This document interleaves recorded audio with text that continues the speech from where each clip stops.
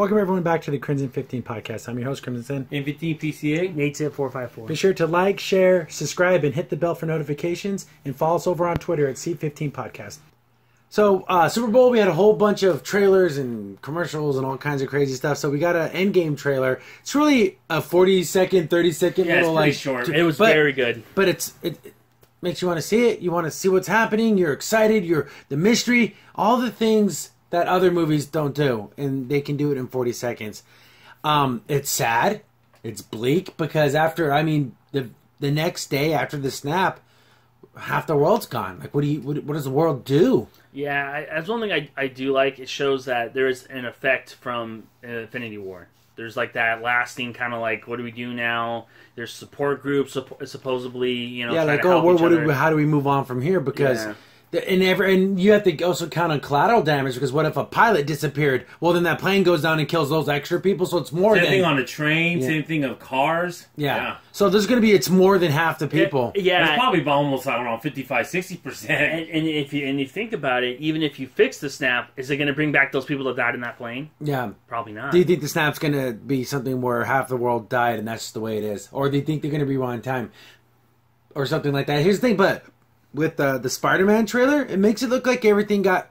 Yeah, see, I don't understand Marvel's thinking on that. Well, see, but Sony they have to promote their film, too. Yeah, I guess. And it takes place, and it's all in the same world, but again, kids wouldn't be going on European vacations unless everything was fixed. Exactly. Or at least majority of it was fixed. Because this looks pretty damn sad. Yeah. Like, they show, like, a harbor, and all the boats are all just smashed in there and everything, because, like, at that point, everything, commerce... militaries, countries, like everything's gone, decimated. Yeah.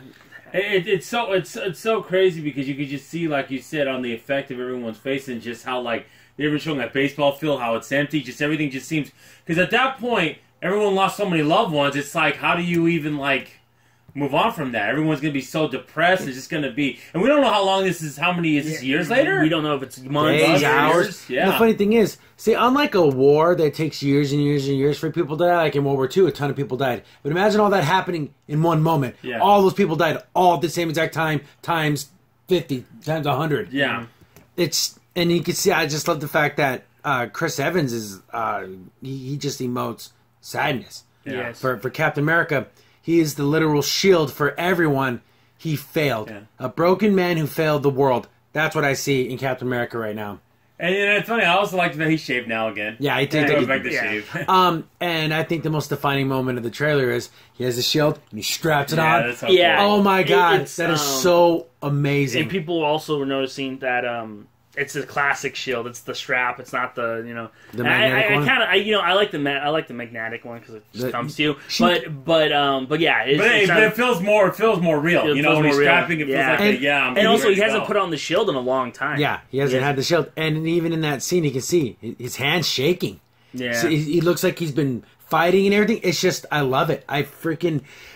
All the things why we love this is because we've gone through a journey with Captain America. Mm-hmm. And people want the same type of excitement for Captain Marvel. We've gone nowhere with her. Nowhere close. So it doesn't, when I see Captain Marvel standing up and like, oh, I'm big and strong, I have gone nowhere with you, so I have no feelings. Yes, what you're doing, it's whatever.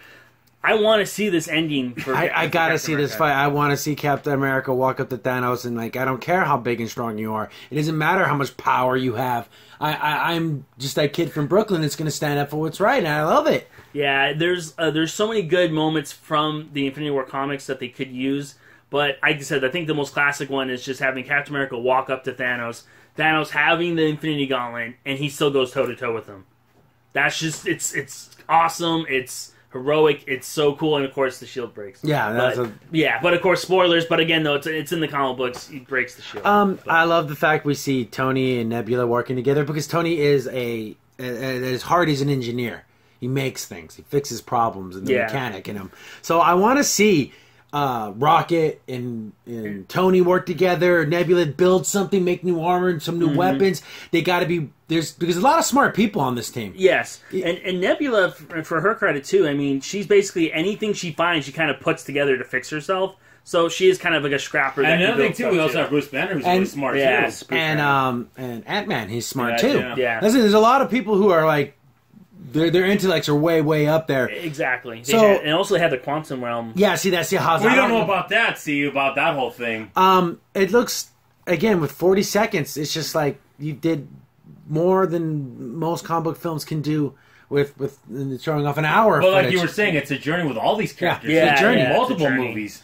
And this may be the end of the journey for some of our characters. And you know what? I think it's been a long time, over 10 years. Yeah. And that's cool. And we want to see them. I want, again, like what people said, like, they want, like, if Captain America makes that sacrifice play, if he dies, just so, I believe that he will have rest.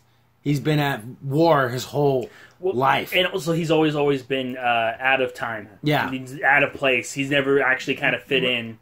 And that'd be kind of nice to send that soldier on to the next part of his life. And I'm going to also say, too, what's also amazing is that when you can tell in this trailer, they say everyone can move on, but we don't have to, take it in. So I'm going to actually tell, maybe it's been months, because maybe people are, but they're the heroes.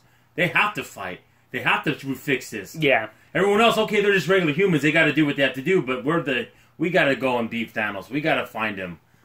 And track him down. And they're walking down and just everything just seems like almost like, oh, here's the march to our deaths, but they're gonna do it anyways. You see all the shadows too. It's like there's nothing heroic. It's it's not like this. We're gonna go in there and beat some butt. No, you're gonna. Well, and also I think it's also really poignant, at least in the movies, because in the comic books they had some, I would say, some big help. Like they had Silver Surfer that showed up. They had Adam Warlock. That was kind of more like their powerhouses. In this, they don't have any of that. Yeah, Thor and Hulk. If he decides to fight this time, I know, right? You got can't forget Captain Marvel. Notice how she's so absent from all the scenes, but there's a scene where they're walking up and they're in the grass, and it looks like there's an empty space there. That might be they digitized her out because they've done that before. If you go back and watch the original Infinity War trailers, you see, the Hulk was at the Battle of Wakanda. No, he wasn't, and they just like digitized the Hulk Buster armor in there. So. Can you believe everything you see? So this Captain Marvel has to be in this movie, but the way these trailers are set up, it's like that could also be the Hulk too, because maybe they want to show that he's got over it yet, because that's a big plot point. Oh yeah, because it could be so many things. People said it could be Tony too. Yeah, and Iron Man. They don't want to show his Iron Man armor yet. Yeah. His new armor. He might have new armor. Yeah, but there's a lot of little things that it could be, but. This is it's exciting. It's only 40 seconds long, and it just does it hits all the right notes. Mm-hmm. I want to hear people. What about this show? But that was just awful. And that was terrible. I don't know. I can't find anything. I really can't find anything.